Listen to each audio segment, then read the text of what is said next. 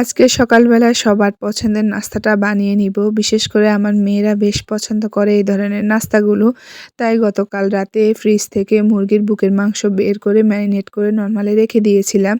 আর এখন সকালবেলায় এই তো ভেজে নিচ্ছি। আসসালামু আলাইকুম, আরিবা কিউটি ব্লগে সবাইকে আমন্ত্রণ। আশা করি সবাই ভালো আছেন। আলহামদুলিল্লাহ, আল্লাহর রহমতে আমরাও ভালো আছি।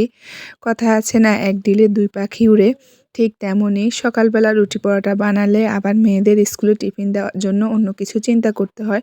তবে আজকের একটা নাস্তা দিয়ে দুইটা কাজ সেরে যাবে। সকালের নাস্তাটাও হয়ে যাবে আর ওদের টিফিন দেওয়াটাও হয়ে যাবে। আর এই তো মুরগির মাংসটা ভাজা হয়ে গিয়েছে, এবার হাতের সাহায্যে ঝুরা করে নিয়েছি। তারপরে এখানে শসা কেটে নিয়েছি, মেয়োনিজ পাউরুটি নিয়ে নিয়েছি। এবার শসা মেয়োনিজ তারপরে সস সব কিছু দিয়ে সুন্দর একটা মিশ্রণ তৈরি করে নিচ্ছিলাম। আর এই নাস্তাটা কিন্তু ছোট বড় সবাই বেশ পছন্দ করে আমাদের ঘরের। বিশেষ করে আমার মেয়েরা তো অনেক পছন্দ করে।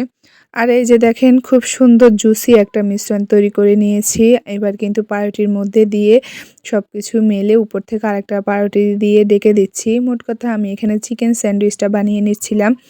আর এভাবে সবগুলো বানিয়ে নিব। আমাদের ঘরের সবাই কিন্তু আমরা চিকেনটা ভাজা করে স্যান্ডউইচটা তৈরি করে, কারণ সিদ্ধ করে স্যান্ডউইচটা বানালে কেউ খেতে পছন্দ করে না, তাই এভাবে আমি বানিয়ে থাকি। এবারে এই তো কয়েকটা বানিয়ে কেটে দিচ্ছিলাম। আর কেটে দিলে কিন্তু আমার মেয়েরা বেশি পছন্দ করে, একদমই রেস্টুরেন্ট স্টাইলে ওরা বলে। আর এই যে দেখেন ভিতরটা কতটা জুসি হয়েছে। আর প্রথমে কয়েকটা তো বানিয়ে নিয়েছি। আর এই তো পাউরুটির সাইডের যে ব্রাউন কালারের জিনিসগুলো, এগুলো কিন্তু আমি ফেলে দিই নাই, কারণ এগুলো একটা খাওয়ার জিনিস তাই। আর এখন এগুলো মেয়েদেরকে দিয়ে দিব খেয়ে নিতে, আর আমি টিফিনের জন্য বানিয়ে নিচ্ছিলাম। খাও।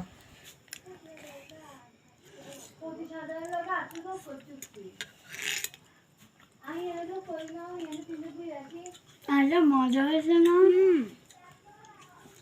মজা হয়েছে, মজা হয়েছে।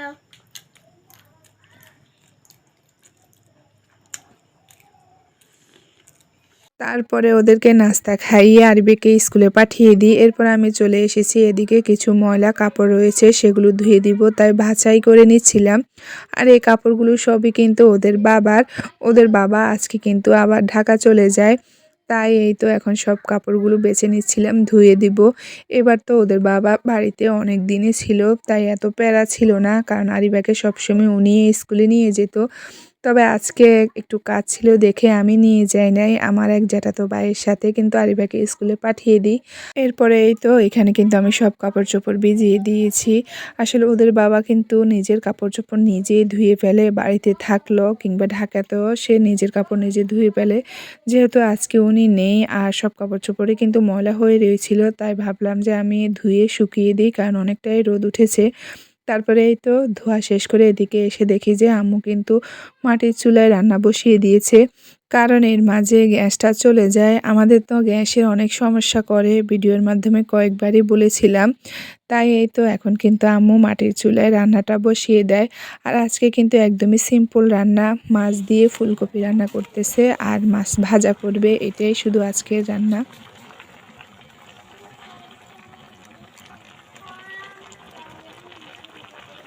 তারপরে এই তো ওইদিকে আম্মু রান্না করতেছিল আর আমি ঘরে চলে এসেছি ঘর ঝাড় দিব, সেজন্য কিন্তু সব কিছুই মুছে ঝেড়ে নিচ্ছিলাম।